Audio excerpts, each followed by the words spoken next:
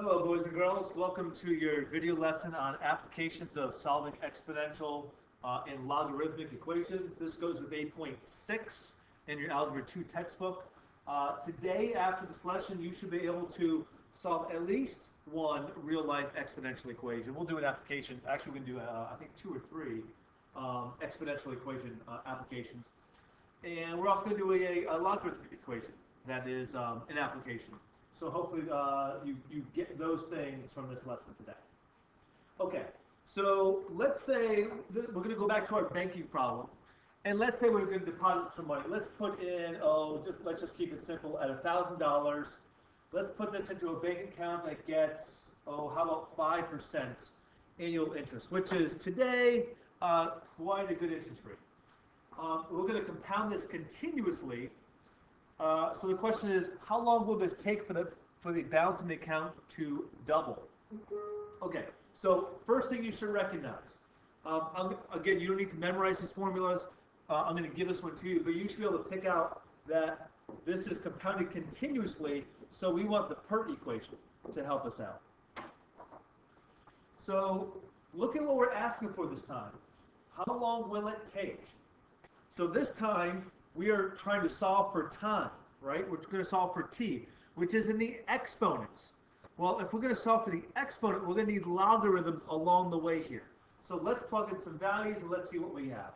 Okay, so I'm actually going to start with the right side of the equation. I'm going to start with $1,000 times e to my rate as a decimal is 0.05. T is time, that's what I'm solving for. And I know this is going to double, so my $1,000 will change and turn into $2,000. So this is what I want to solve. This is my equation. I want to solve for t here. So notice how there's only one variable I want to unwrap. Okay, so what do we need to do on the right side here?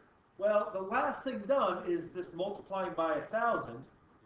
So I'm going to divide by 1,000. And I'm going to do that on both sides. And I'm going to get 2 equals e to the 0.05t. Okay, so let's see the next thing that we want to unwrap. I want to get rid of this e, right? Or it's actually the e to the part of this. So that's the exponentiation. How do we unwrap exponentiation? Well, exponents and logs are inverses. So a little note for us here, to unwrap exponents,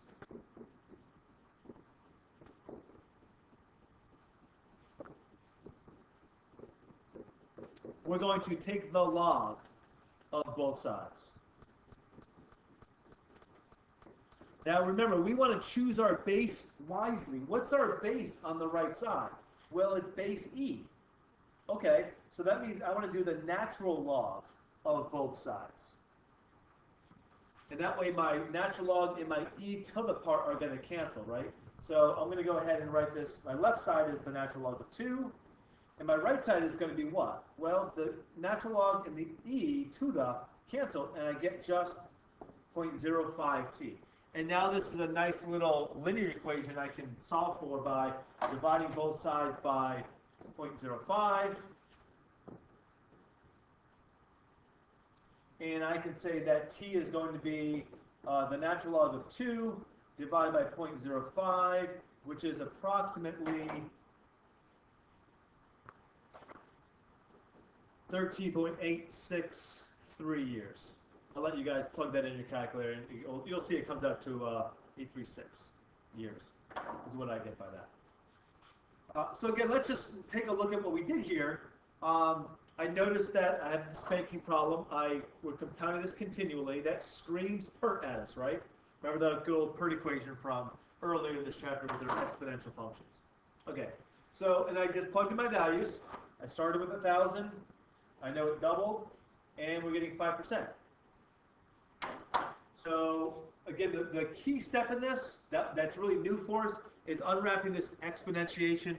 And again, we want to choose wisely. This is base e, so I'm doing the natural log, or the log base e, of e to the 0.05t.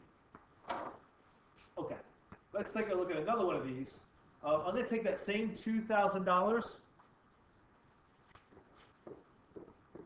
I'm going to take it at, I'm going to earn that same 5% annual interest, but this time I'm going to compound this, let's do this monthly.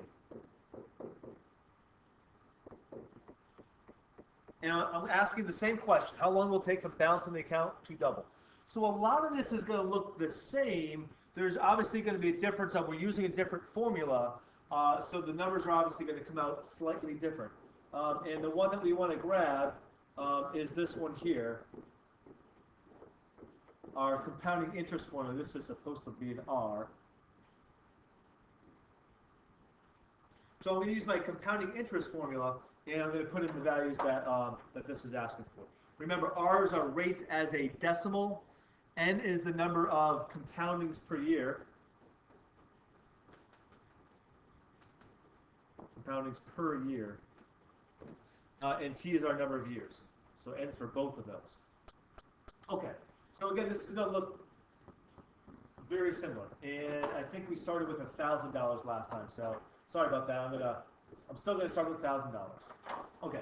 So, but I'm going to end up with 2,000. That's probably what my mistake was. So I'm going to have 2,000 equals 1,000 times 1 plus, again, my rate is a decimal, 0.05, 12 times a year, times 12, excuse me, to the 12t. So now my steps are going to be exactly the same as far as what I'm doing, or I should say how I'm doing it, but the actual numbers involved here. My base is no longer E, right? My base is something else. So the actual process here is going to look very similar. Okay, so let's do what we did last time. I need to divide out this 1,000.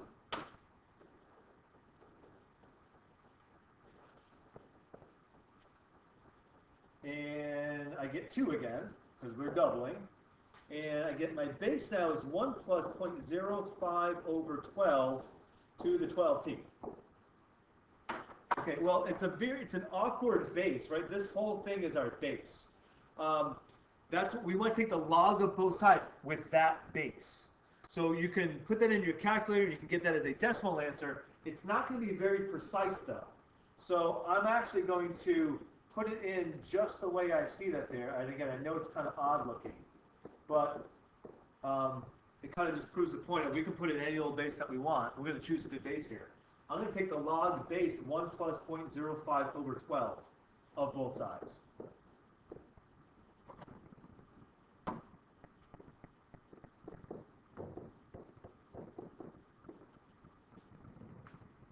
Okay, so let's just see how this turns out. The good news with this is I'm going to pretend I don't have a calculator for a second, and I'm just going to do the work here, and I'm going to isolate t, and then at the end I'll put it all in the calculator and actually get a nice little answer for us. Okay, so on the left side I have, it's the log of 2 with this awful base, 1 plus 0.05 over 12 is my base. I can even put the 2 in a little nicer spot, I guess. Equals, and again, what happens with all this stuff here, right? I'm taking exactly the log base that's going to unwrap that 1 plus 1.05 over 12. Now I'm going to get 12t. Okay, well, I divide by 12 is our last step here. Divide by 12, and I get t equals, again, this horrible looking thing, log of 2, base 1 plus 0.05 over 12. That's all over 12. And I'm going to go to my calculator and see what that is. So I'm actually going to put this in twice. I'm going to put the first time in case you have the TI-83. Everybody can do it this way. With the numerator, I'm going to do the change of base. So I'm going to do the log of 2, close the parentheses, and this is going to be, that's base 10, over the log base 10 of 1 plus 0.05 over 12. So I'm going to do that, and then I'm going to divide all that by 12, right, for that denominator. So I'm going to put that in first and see what I get. So the log of 2 divided by the log of 1 plus 0.05 over 12.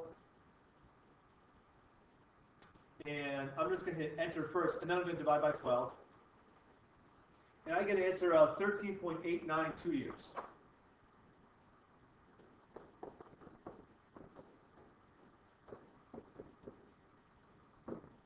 So assuming that the last problem, right, take a look at our answer from before. This took a little bit longer, right, 13.892. And from before, with the continuous compounding, it was 13.836 years. So this was, the continuously compounded was a little bit quicker, right, 13.836 versus 13.892. This took a little bit longer because we compounded fewer times per year. But at least they're really close, so I know that these are probably done accurately. Okay, I'm going to do this one more time using my alpha window in case you have a TI-84. You can make this look real nice. I can actually put in base of 1 plus 0.05 over 12. You can even make that base even look a little nicer if you want to play around with fractions. But it's certainly not necessary. Of 2, and then I'm going to divide all that by 12. And I get 13.892 years, just like I did before. So again, either way is fine. You should be comfortable with both. Particularly if you have an 83, you should be comfortable using that change of base.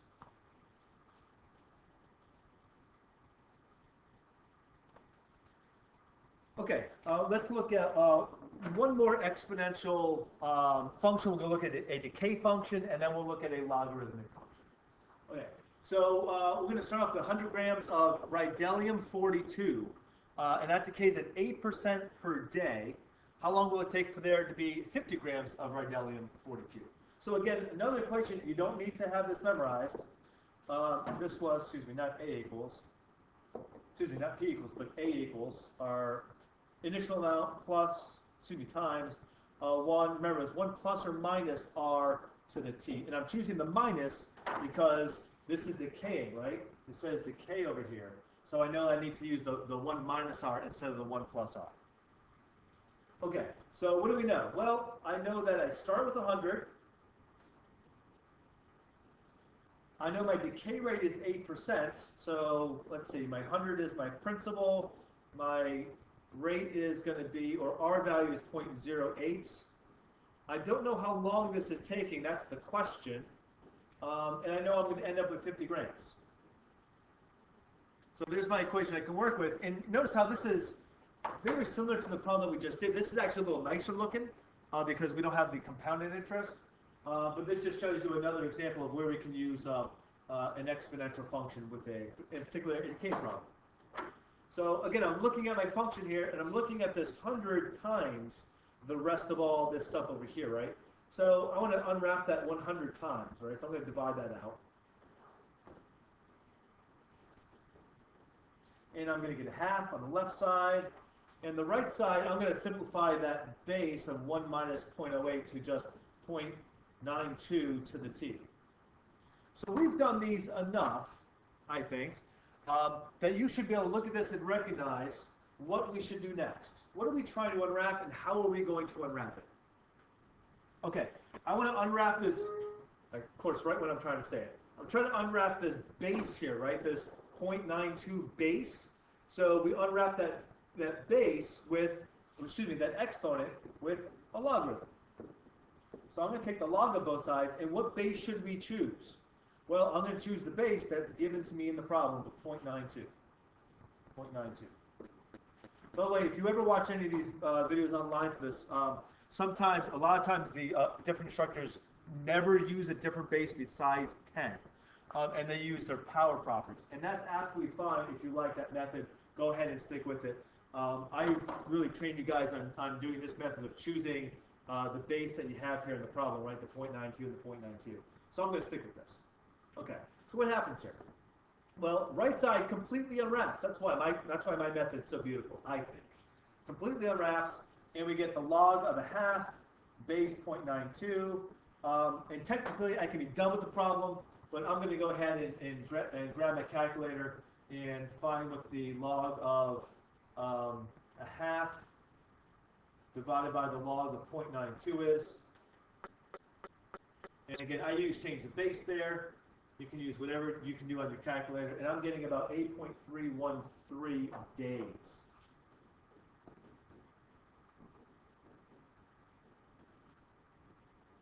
So that's my units. My units are in days here. So Sounds reasonable, I guess. I'm not sure I have a great way of determining if this is a reasonable amount other than just kind of looking at the numbers.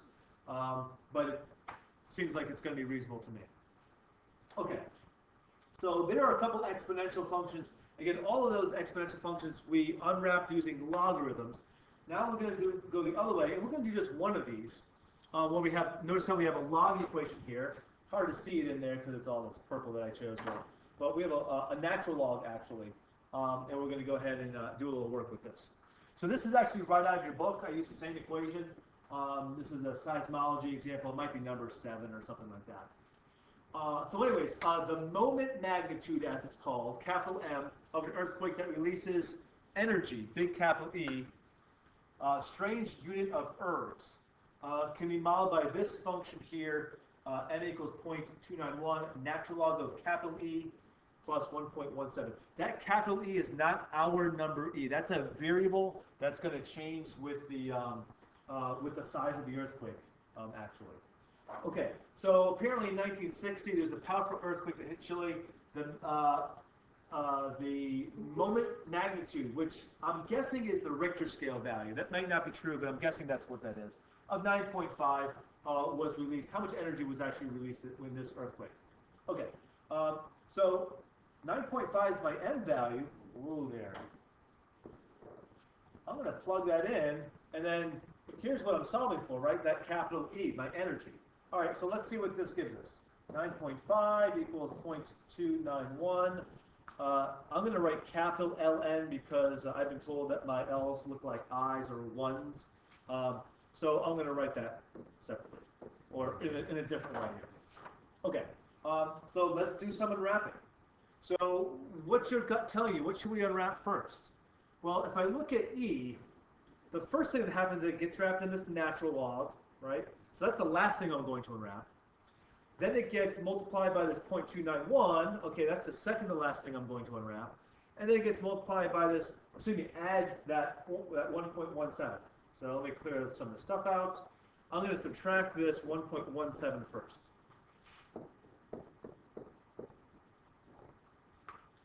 And let's see, what do I get here? I get 8.33. And then equals 0.291 times the natural log of my energy capital E. Okay, a little more unwrapping. So what's next? Well, I can divide out this 0.291. Let's do that.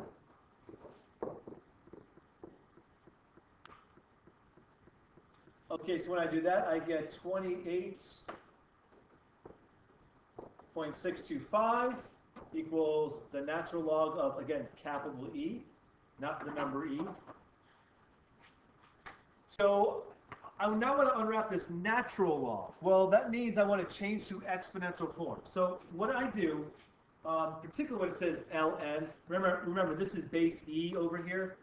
So it's number E to this equals my argument, the capital E, the stuff that's inside the logarithm. That's how I change to exponential form. So I had E to the 28.625 equals the energy that's released. Which, again, I've solved for my energy. That's technically I'm done. I can put this in my calculator and find out what it is. I'm actually rather satisfied leaving it just like that because that is going to be a large number. That's like about 3 to the 29th. So that's going to be a huge amount of energy. My calculator might not even be able to do that. But anyways, I isolated my energy value and I've done what I wanted to do. Again, I did that by just order of operations, and I solved a log function by changing to exponential form, which was this line right here. Right, this is me changing from logs to exponentials by doing that wraparound thing that we talked about earlier in class. Okay, did we do the things that we said we were going to do? Did we solve at least one real-life exponential equation? We did 3 of those, right? So hopefully you saw a good amount of those, and we did 1 real-life log equation. So hopefully this was helpful. Hopefully you gained a little bit of knowledge from this, and you see some uses for exponential and log functions in our world. Take care, folks. Have a good day, and I'll see you next time.